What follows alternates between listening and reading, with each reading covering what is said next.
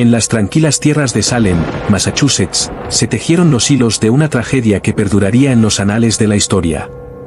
La primavera de 1692 marcó el comienzo de un oscuro capítulo en el que la superstición, el miedo y la injusticia se entrelazaron en un torbellino de histeria colectiva que consumiría la vida de numerosas personas inocentes. La quema de brujas en Salem se erige como un recordatorio sombrío de los peligros de la paranoia y la intolerancia, un episodio que resonaría a través de los siglos como una advertencia contra los excesos del fanatismo y la ignorancia. Todo comenzó con un rumor, un murmullo apenas perceptible que se deslizaba entre los habitantes de Salem como una sombra inquietante.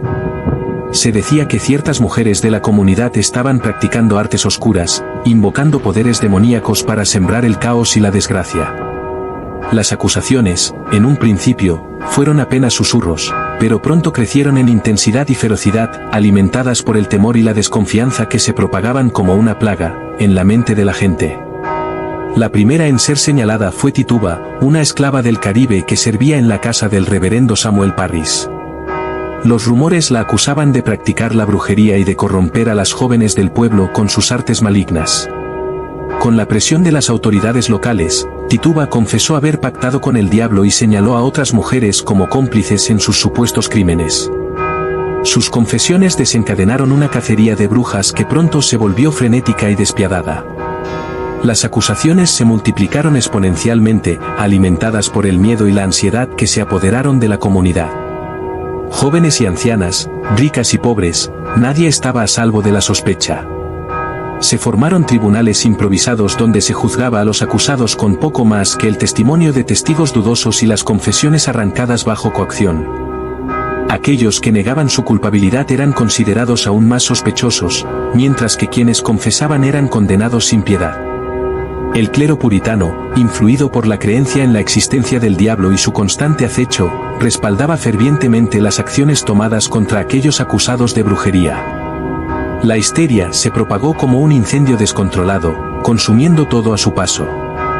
Las calles de Salem se convirtieron en un campo de batalla donde la verdad y la justicia eran sacrificadas en el altar del miedo y la ignorancia.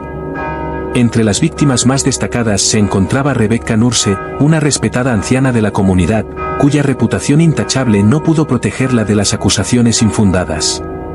A pesar de los testimonios en su defensa y su negativa a admitir cargos de brujería, fue condenada a muerte y ejecutada en la horca. Su caso sirvió como un sombrío recordatorio de que nadie, por más inocente que pareciera, estaba a salvo de la furia desatada por la histeria colectiva. Pero la tragedia alcanzó su punto culminante con el juicio y ejecución de Bridget Bishop, la primera persona en ser condenada por brujería en Salem. Su personalidad excéntrica y su reputación cuestionable la convirtieron en un blanco fácil para las acusaciones, y su negativa a renunciar a su inocencia selló su destino. El 10 de junio de 1692, fue llevada al cadalso y ahorcada frente a una multitud que observaba con una mezcla de horror y morbosidad. La ejecución de Bridget Bishop marcó el inicio de una ola de violencia que asolaría Salem durante meses. Decenas de personas fueron arrestadas, juzgadas y condenadas por supuestos delitos de brujería, mientras que otras optaron por confesar falsamente en un intento desesperado por salvar sus vidas.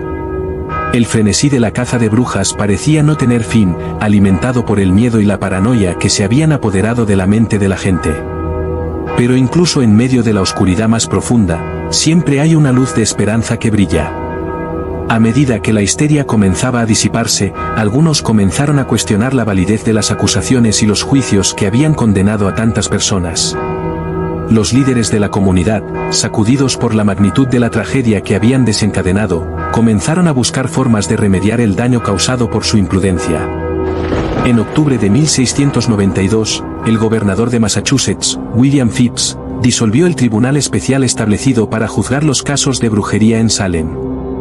Reconociendo la injusticia que se había perpetrado en nombre del miedo y la superstición, ordenó la liberación de aquellos que aún estaban encarcelados y pidió un alto a las acusaciones de brujería.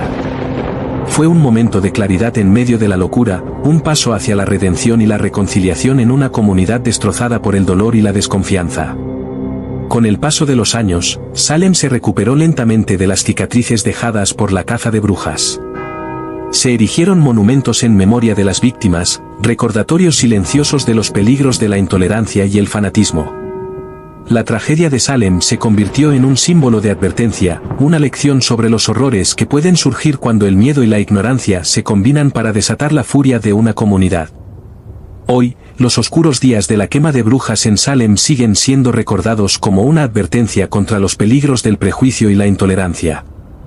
A través de la memoria de aquellos que perdieron sus vidas en nombre de la superstición y la paranoia, nos recordamos a nosotros mismos la importancia de defender la justicia y la verdad, incluso en los momentos más oscuros de la historia humana. Que la tragedia de Salem nunca se repita, y que las llamas de la histeria sean sofocadas por la luz de la razón y la compasión.